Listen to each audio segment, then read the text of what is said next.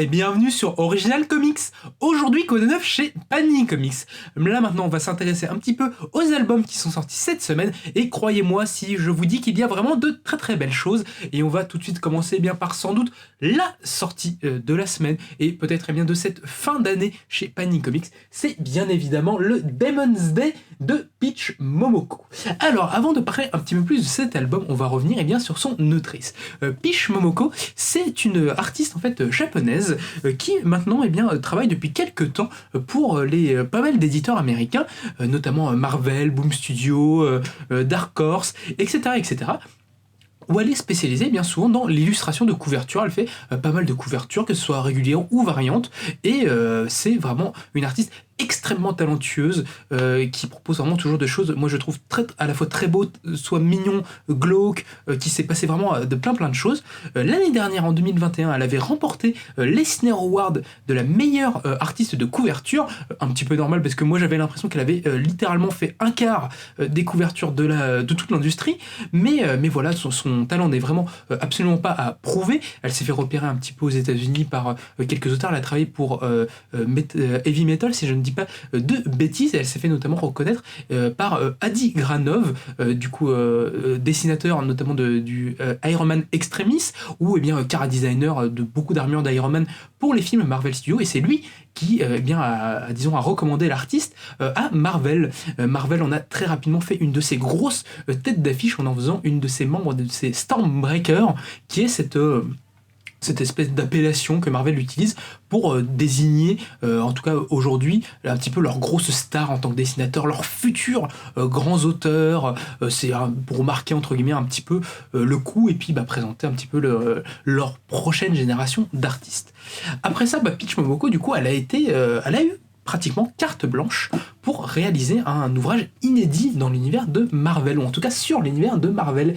Et c'est ce qui a donné ce volume-là de Demon's Day, où l'artiste japonaise va s'amuser à réinventer les héros et les figures de l'univers de la Maison des Idées pour les transposer dans une espèce de conte japonais. Donc c'est vraiment absolument génial, c'est vraiment magnifique, elle a un trait très élégant, à la fois hyper dynamique, mignon, mais qui je vous dis peut aller sur des choses plus glauques, un petit peu plus horrifiques, c'est vraiment fantastique. Tout le principe de l'album en fait c'est que nous allons suivre une jeune femme qui rêve la nuit en fait des histoires que sa grand-mère japonaise lui a racontées, bien sur les oni, sur les démons, sur les grandes histoires de la culture japonaise. Et le soir, elle rêve de ces choses-là. Cependant, elle va peut-être apprendre très rapidement qu'elle est beaucoup plus liée à ces histoires qu'elle ne peut se l'attendre. Elle va du coup devoir partir dans une quête pour découvrir un petit peu plus ça, et notamment combattre certains démons et oni japonais aux, figures un petit peu connues de l'univers Marvel, de choses un petit peu réinventées. Je ne vais pas forcément vous en dire plus parce que c'est un ouvrage qui est pas mal avec des retournements de situation, avec des révélations, avec un personnage qui du coup se découvre au fur et à mesure de l'histoire. Donc du coup je préfère vous laisser le découvrir en même temps qu'elle, mais en tout cas c'est vraiment très bien fichu. Elle arrive parfaitement, l'auteur, à combiner des éléments propres à l'univers Marvel et à les intégrer vraiment dans une culture japonaise. C'est assez fascinant de voir à quel point elle arrive vraiment à faire le mix entre les deux, et puis surtout elle arrive à développer des thématiques qu'on pourrait associer un petit peu facilement au Japon en fait. Notamment elle va beaucoup parler du rapport à la nature, des questions face à la tradition, à la modernité, donc des choses un petit peu classiques si je puis dire, mais en tout cas c'est très bien raconté, et c'est raconté vraiment de très belle manière, et vraiment moi c'est un album que je vous recommande vraiment plus que tout. Je pense que c'est vraiment l'un des meilleurs bouquins qu'on aura cette année, en tout cas lié de près ou de loin à l'univers Marvel.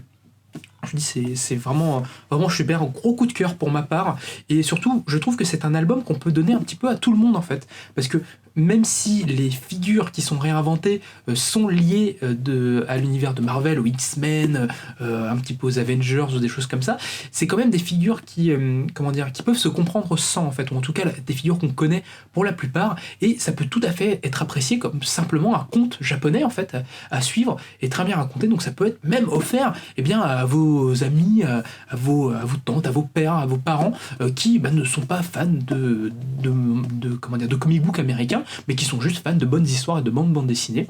Et ça, c'est une bonne histoire et une très bonne bande dessinée. Donc moi, je vous recommande vraiment plus que tout le Demon's Day de Peach Momoko.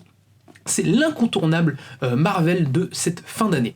Et pour l'occasion, Panini Comics a mis les petits plats dans les grands pour nous proposer, comme je vous l'ai montré, cette version classique de l'ouvrage, dans leur collection un petit peu grand format, papier un petit peu mat et tout ça, très très beau, en plus magnifique couverture.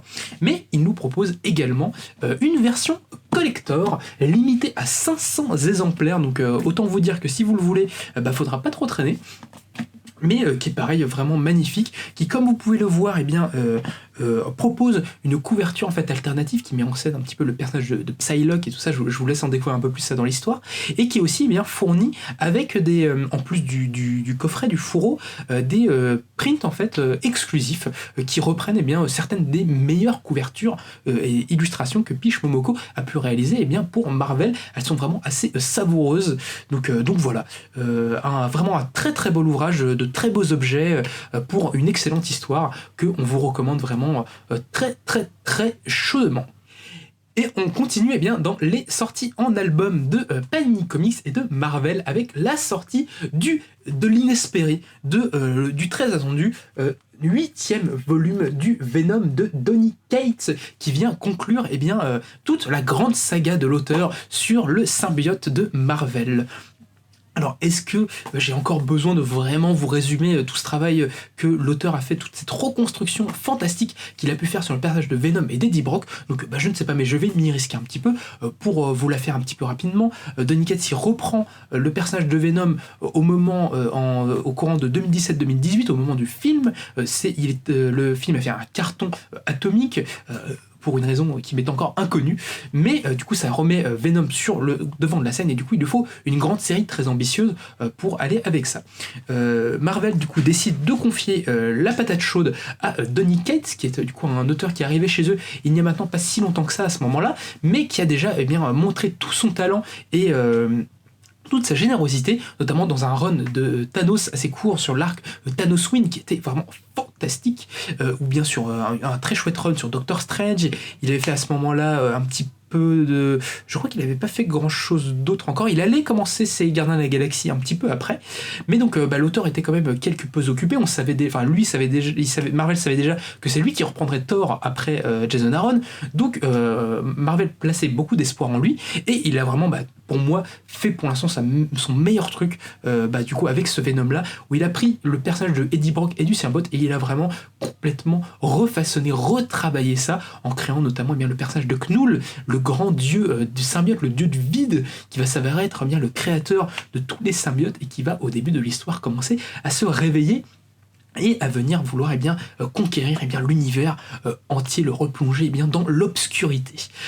En parallèle de ça, on va suivre du coup les pérégrinations de Eddie Brock, qui est redevenu Venom il n'y a pas si longtemps que ça, qui se trouve beaucoup, qui va découvrir beaucoup de choses du coup sur ses origines, sur la manière dont toutes ces symbiotes fonctionnent, et va être confronté beaucoup à ses traumas et à ses erreurs passées. Et Donny Cates va sans cesse chercher, pour moi, dans son Venom, à jouer entre une échelle immense avec des enjeux cosmiques épiques, gargantuesques, et de mettre ça en rapport avec l'intimité très profonde de Eddie Brock, qui va chercher à traiter et à créer beaucoup de choses.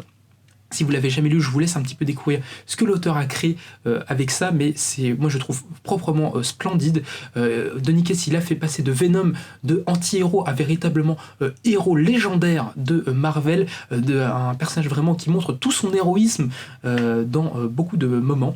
Et ça a duré maintenant quand même plusieurs années. Il était accompagné par la crème des dessinateurs de Marvel, notamment par son bon poteau Ryan Stegman, qui a fait vraiment des merveilles sur la série, et aussi par Ian Coelho, cet auteur justement assez associé à l'univers de Venom, parce que c'est lui qui avait dessiné Venomized, et qui fera pas mal aussi de passes sur cette série-là.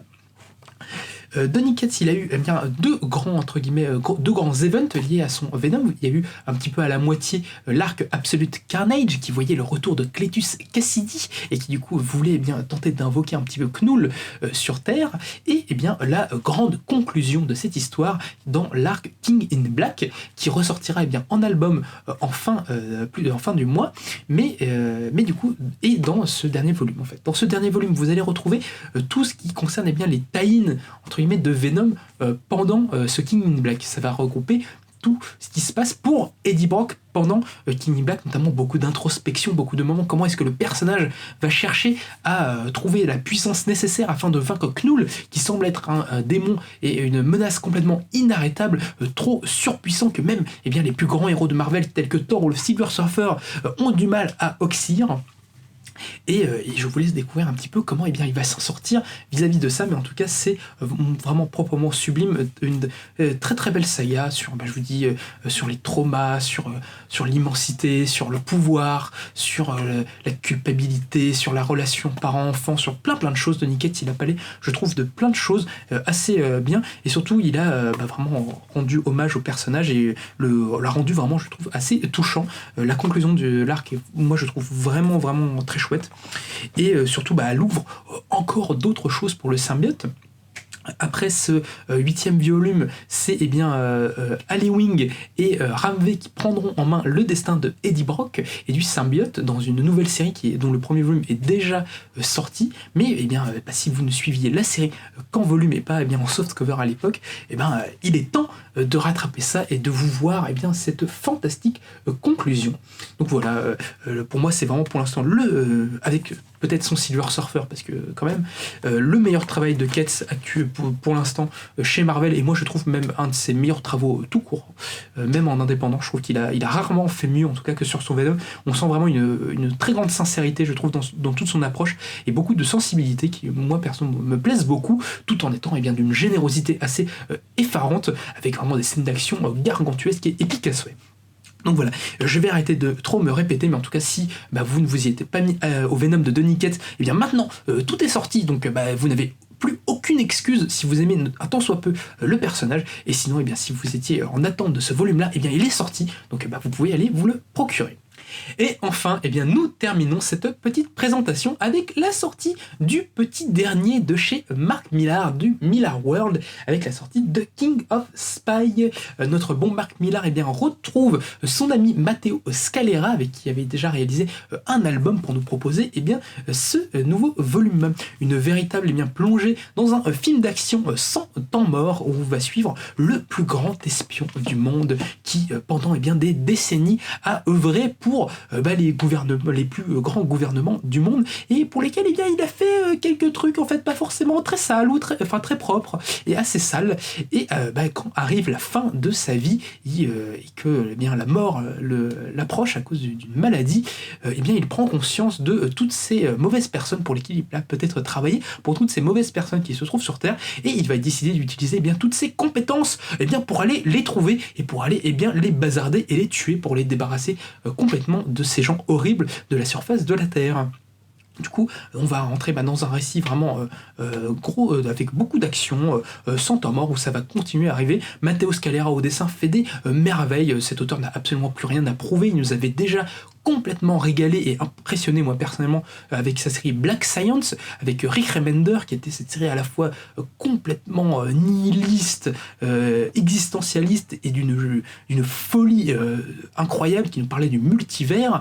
Mais Matteo Scalera, il a fait plein d'autres trucs, notamment il a fait du Batman et du Harley Quinn avec Sean Murphy dans le spin-off de White Knight. Il avait déjà fait du Space Bandit avec Mark Millar, qui était assez cool, moi j'avais bien aimé. Et il nous revient toujours très en forme, avec un Mark Millar qui reprend ses petites marottes des super espions avec après Kingsman et et comment ça s'appelle, et Prodigy, donc une petite série de comment dire, on sent mon petit Marc de petite récurrence, mais en tout cas ça reste toujours extrêmement plaisant, toujours avec le Mark Millar. Le film sera sans doute fantastique, mais pour l'instant la BD est vraiment chouette, et ça fait vraiment un très très bon divertissement. Je vous dis, ne vous attendez pas à avoir en tout cas dans les Mark Millar qui vous font spécialement réfléchir, mais en tout cas de temps en temps c'est bien de voir des gens déglinguer des nantis et des grosses pourritures. Donc ne boudons pas notre plaisir et lisons King of Spy. Ça fera tout à fait son office pour une bonne soirée ou de divertissement. J'espère que vous réussirez bien à trouver des trucs qui vous intéressent dans ces sorties là. Je vous dis évidemment, pour moi l'immanquable c'est le Demon's Day de Peach Momoko, mais l'immanquable de cette fin d'année. Mais il y a aussi d'autres trucs assez chouettes. Pareil, en softcover, on en a parlé peut-être tout à l'heure. Donc si tout ça, ça vous intéresse, c'est dans le descriptif de la vidéo que ça se passe. Et sinon, on vous donne évidemment rendez-vous au 49 rue La Cépède à Paris. On aura beaucoup de plaisir à vous y rencontrer. Et si vous n'avez pas la possibilité de venir, n'hésitez pas à nous laisser de petits commentaires, peut-être à nous dire ce que vous avez pensé du Venom de Donny Cates. Moi, je serais très curieux d'avoir votre avis, que peut-être dites-vous quel est votre Mark Millar préféré. Moi, personnellement, c'est Starlight. Mais voilà. Donc voilà, en espérant vous lire ou vous voir, et en vous souhaitant une bonne fin de journée.